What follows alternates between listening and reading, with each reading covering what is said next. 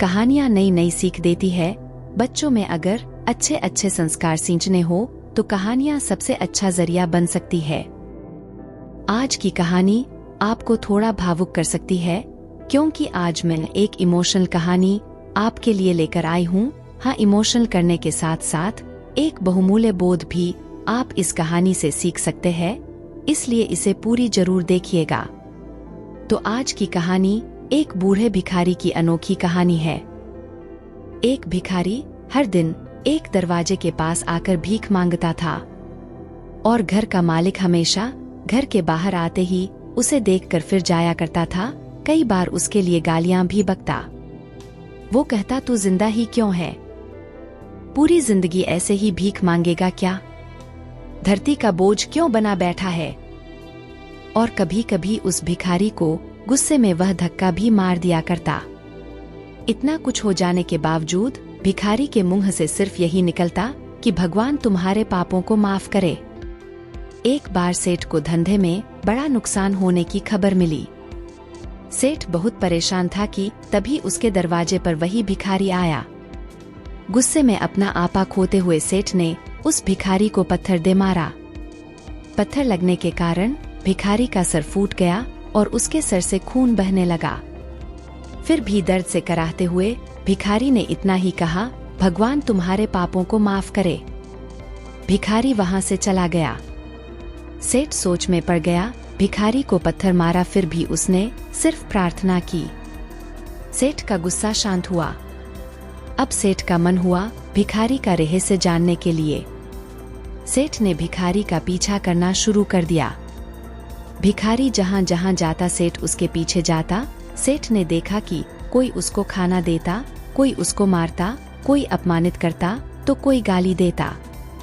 लोग भिखारी के साथ चाहे जैसा व्यवहार करते, लेकिन भिखारी सबके लिए एक ही प्रार्थना करता, भगवान तुम्हारे पाप माफ करें।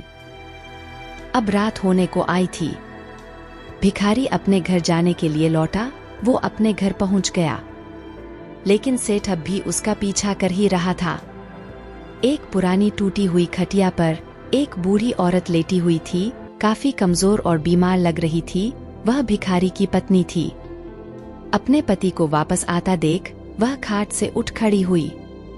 पत्नी ने अपने पति के भीख वाले कटोरे में देखा, उसमें सिर्फ आधी बासी रोटी थी। उसे देखकर वह बोली, आज बस इतना ही मिला? और हाँ, आपके सिर से खून निकल रहा है, ये चोट कैसे लगी? बूढ़ा भिखारी बोला, आज बस इतना ही मिला, किसी ने कुछ दिया ही नहीं। सब ने गालियां दी और एक ने पत्थर भी फेंका, इसीलिए मेरा सर फट गया। एक गहरी ठंडी सांस लेकर बूढ़ा भिखारी फिर से बोला, यह मेरे ही पापों का फल है। तुम्हें याद है कुछ सालों पहले हम कितने अमीर थे? क्या कुछ नहीं था हमारे पास? हमारे पास हर चीज जरूरत से ज्यादा थी, लेकिन हमने कभी दान नहीं किया। और उससे भी बुरा हमने उस अंधे भिखारी के साथ किया जो हमारे द्वार पर भीख मांगने आया करता था। बूढ़ी पत्नी की आंखों में आंसू आ गए। वह बोली, हाँ, हम उस बेचारे अंधे के साथ बहुत बुरा करते थे। उसका अपमान करते थे। उसे खाने के लिए रोटी की जगह कागज दिया करते। उसका मजाक उड़ाया करते और कभी कभी मारा भी करते। ने कभी उसको रास्ता नहीं दिखाया। एक बार मैंने उसके मुंह पर मिट्टी भी फेंकी थी और वह हमेशा दुखी होकर यही कहता कि भगवान तुम्हें तुम्हारे किए की सजा देगा। भगवान तुम्हारे पापों की सजा जरूर देगा। उसका श्राप सच हुआ और हम इस दुख भरी जिंदगी में आ गए। भिखारी बोला, हाँ, उसका श्राप सच हुआ, इसलिए मैं किसी को बद्दुआ नहीं देता। चाहे कोई मेरे साथ कैसा भी बर्ताव करे, मैं हमेशा उसके लिए प्रार्थना करता हूँ।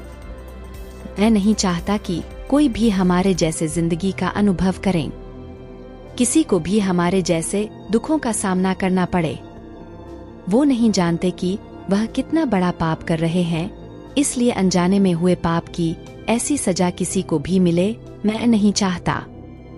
सेठ वहीं पर छुपकर यह सारी बातें सुन रहा था। अब उसे सब कुछ समझ में आ गया था। भिखारी और उसकी पत्नी ने वह आधी रोटी मिल बांट कर खाएं और भगवान को धन्यवाद बोलकर सो गए।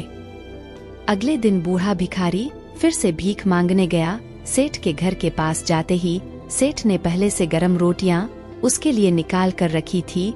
उसे देते हुए सेठ विनम्रता से बोला, माफ कर दीजिए बाबा, मुझसे बहुत बड़ी गलती हो गई। बूढ़ा भिखारी बोला, भगवान तेरा भला करे। इतना कहकर वह आगे निकल गया। इस कहानी से जो सीख लेने लायक है वह बड़ी ही सिंपल है कि आदमी चाहे किसी के बारे में बुरा करे या भला करे, लेकिन भगवान सिर्फ कर्म के हिसाब से उसको फल देता है। क्या हुआ अगर भगवान नहीं दिखता है, लेकिन यह बात बिल्कुल सच है, उसके खाते में सबका हिसाब बहुत पक्का होता है। इसलिए जब किसी के लिए कुछ भी करो तो अच्छा ही करो।